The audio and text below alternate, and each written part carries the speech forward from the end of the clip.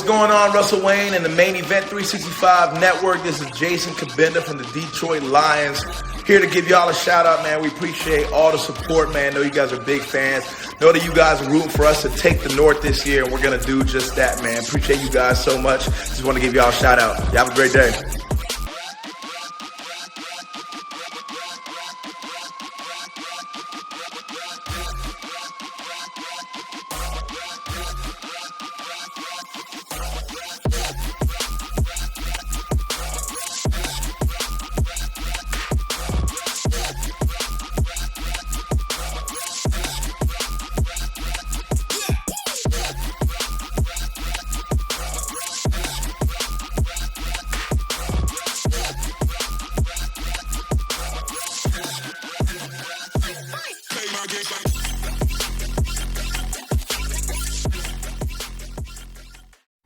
Hello, everyone, and welcome to the Main Event 365. This is our NFC North off-season recap special.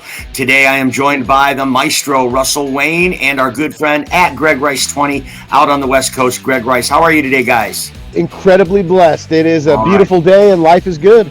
So today, guys, we're going to talk about all four teams in the NFC North, give a little synopsis of where they stand right now as we sit, just a short time before the 2023 NFL Draft kicks off. And we'll start in the basement with the lovable Chicago Bears, who finished 2022 at 3-14 with the 31st ranked defense in the league, and they also finished with the 23rd ranked offense in the league. So they end up with the first overall pick in the draft. Of course, we know they trade that pick to Carolina, and they are now sitting at 9. They are picking 9, 53, 61, and 64.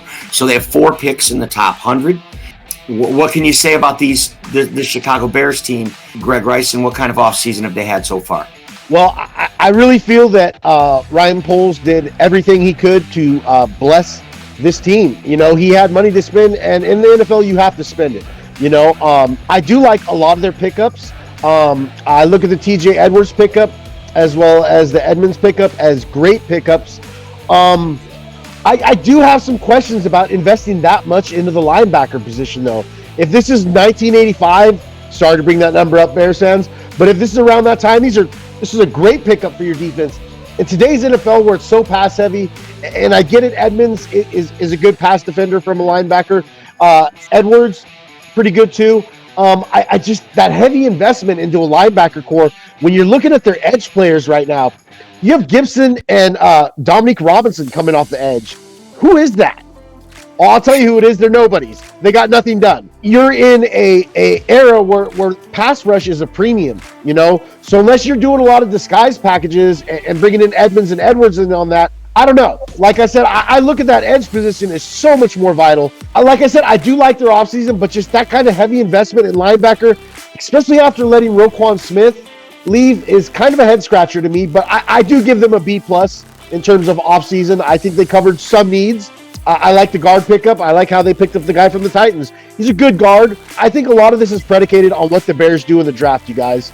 Yeah, I mean, when you look at the numbers, Tremaine Edmonds, that maybe they did overpay on that. Let's look at this. A 4-year, $72 million deal, had a lot of guaranteed money. That was the most money that was ever given to an inside linebacker, but he's solid, right? But where they did do well is TJ Edwards. They did get a good deal on TJ Edwards at 3 years and $19 million. He produced very, very well last year for the Philadelphia Eagles.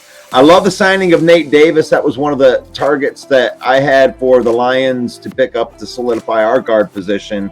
So they got stronger right there. They picked up DeMarcus Walker, who's a defensive tackle, 3-year, $21 million. He's more of a depth rotational type of piece. They may want him to be a little bit more. I do like that signing for them as well. They had the Madden type of pool right here with they really could just go out and just special teamers, Travis Homer, backup quarterback PJ Walker, defensive tackle Andrew Billings. I think this is an underrated signing from the defensive tackle position. 1-year deal, $3.5 million. Played for Cleveland last year. A decent piece, kind of a prove-it deal. Kind of pulled a little Brad Holmes move right there. tight end Robert Tonyan to pair with Cole Kmet, running back Dante Foreman. I think that for what he has, and they still got a bunch of money left over, they're a team that is unknown because you have all these brand new people that they're bringing in, and who knows if they're going to be able to gel together, but on paper, it's looking pretty good so far for the Chicago Bears. I gotta disagree with some of that. Did you say DeMarcus Walker was 3 years, $21 million, $7 million a season for a rotational defensive lineman, depth piece? And Tremaine Edwards, yeah, he's a good linebacker, but boy, they paid through the nose for him. Yep. They did get a good value, like you said, on Edwards, and I think it can't be understated that the DJ Moore acquisition was probably the crown jewel of their offseason. Even though they were able to trade back and get next year's number 1 pick from Carolina Panthers, it really adding DJ Moore to that wide receiver core in Chicago is huge. Just in his 5 years in the league, DJ Moore would already be the leading receiver in Bears history with his stats right now. So that can't be understated. And so with Darnell Mooney, right, and DJ Moore, Ace Claypool, who has always been a career number 2 so far. So they've got a decent set of wide receivers and pass catchers from the tight end position as well. But wide receivers not listed on their draft needs: offensive tackle, defensive tackle, edge rusher, inside linebacker, corner. So that's all over the field at key positions. Sure, their skill positions are fine, but they have a lot of work to do, like Gregg Rice said. This is all predicated on what they do in the draft. I think we're all projecting them to take a tackle. Every mock I see sees them take an offensive tackle if they stay at 9. They do have a lot of picks in this draft, and they have 4 in the top 100 plus number 103. So a lot of work to be done yet, Chicago, but I got to give them a solid B on their off season so far. Ryan Poles has not been afraid to spend money, like Gregg said, but I do question some of the deals. They're not Brad Holmes slick, in my opinion. Yeah, I'm curious to know what Gregg Rice. I know that you've put it out there before, but in this forum, I want you to give me your thoughts on that trade of them getting, trading down to 9 and the value that they got from that trade.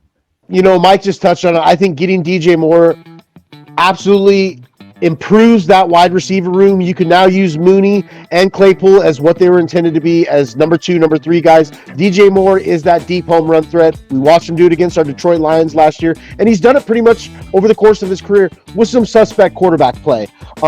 Being able to move back to 9 and have the ability to still grab most likely the best possible offensive lineman on the board, whether that be an Osiris Torrance, a Skrinsky, or Paris Johnson out of the Ohio State. I think it's a win-win for them. The fact that they are able to get a first-rounder next year, Poles is doing things that just kind of shatters what Pace used to do. I look at the moves, and like I said, I give it, I'm a little bit higher on it than Mike is, but like I said, this all looks good on paper, you guys. We've seen the Bears do this before. They did this in 2018. Went out, made the trade for Khalil Mack, went out, brought in Danny Trevathan from the recently winning Broncos, and all these offseason moves, and they were able to put it together for 1 year. My question is the sustainability for this? And with the draft capital they got, this is a sustainable rebuild that they're doing. Like I said, I look at what Pace did as compared to Poles, and I think it's night and day. I think the Bears are on the right track, but as Mike alluded to, they're still more than a few key pieces away from being taken serious. And after all these moves, you guys, it's going to take time to assimilate and gel into this new system with all these moving pieces. I love that right there. And when it comes to DJ Moore, you said what I was really looking for. Not only did they get DJ Moore, but they got future assets to continue the rebuild. And what I love about DJ Moore is, he was over there in Carolina playing with Sam Darnold, nope. Baker Mayfield, nope.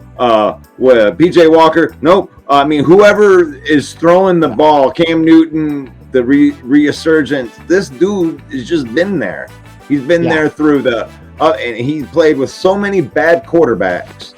And I think he's a perfect person for Justin Fields because when he starts escaping out of the backfield doing his Justin Field things, DJ Moore's the type of dude that's going to be like, hey, I'm over here. And then he's going to, after the catch type of deal. I love that move for him. And then you take the pressure off of Mooney, you take the pressure off of Claypool, because now they're number 2, number 3, not having to be the alpha.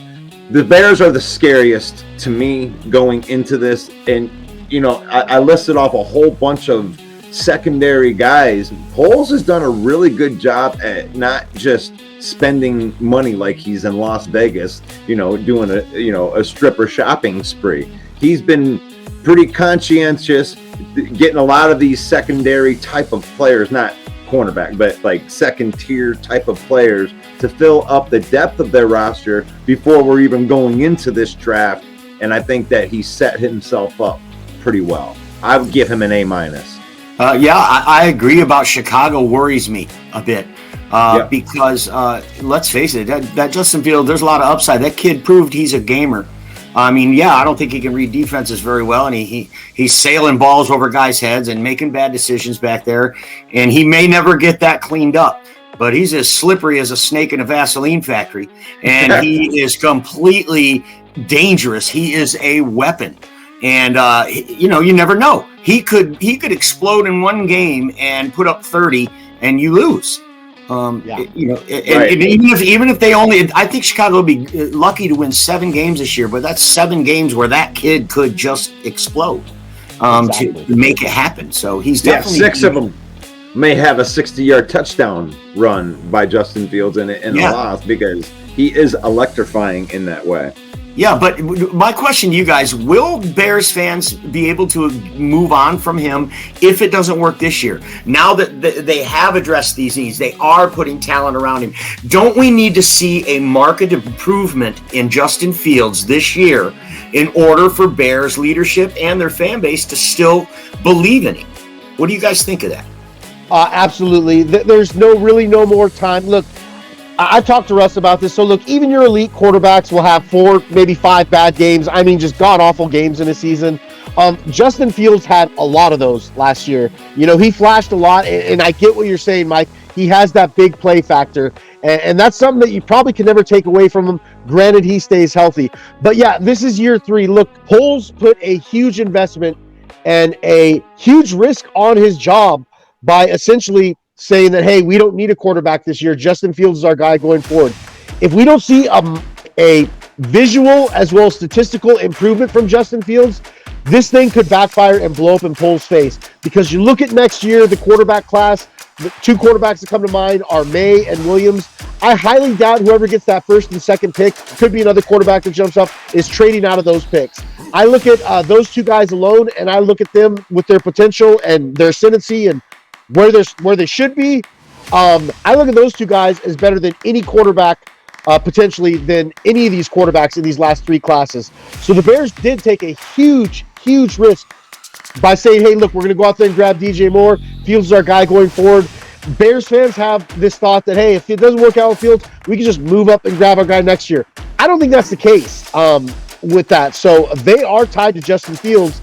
I don't think that he has any pressure whatsoever with Justin Fields. For one, next year, he can pick up his 5th-year option or not pick up his 5th-year option. He can really just kind of look and see what he has this year. In a lot of ways, it's similar to what Brad Holmes did last year with Goff, where it's like, look, we can throw you out there. Like we're in the middle of this. Let's see what you got, bro. And he can go out there and do that this year. Here's some guys. We got you some peeps. Got you a wide receiver. Let's see what you can do. And if it don't work, he's in a win-win situation. They had all this money this year, and like I said, a lot of those are 1-year deals that he can kind of see who he's got. They could win 7 games this year. I think they could. It's kind of like where the Lions were last year. They could win up to 10 games. It depends on how all this paper work. They look good on paper. How that will translate if they can get the coaching to bring these guys together like that. But Fields has everything to gain. He could be a $60 million quarterback if this works out for him.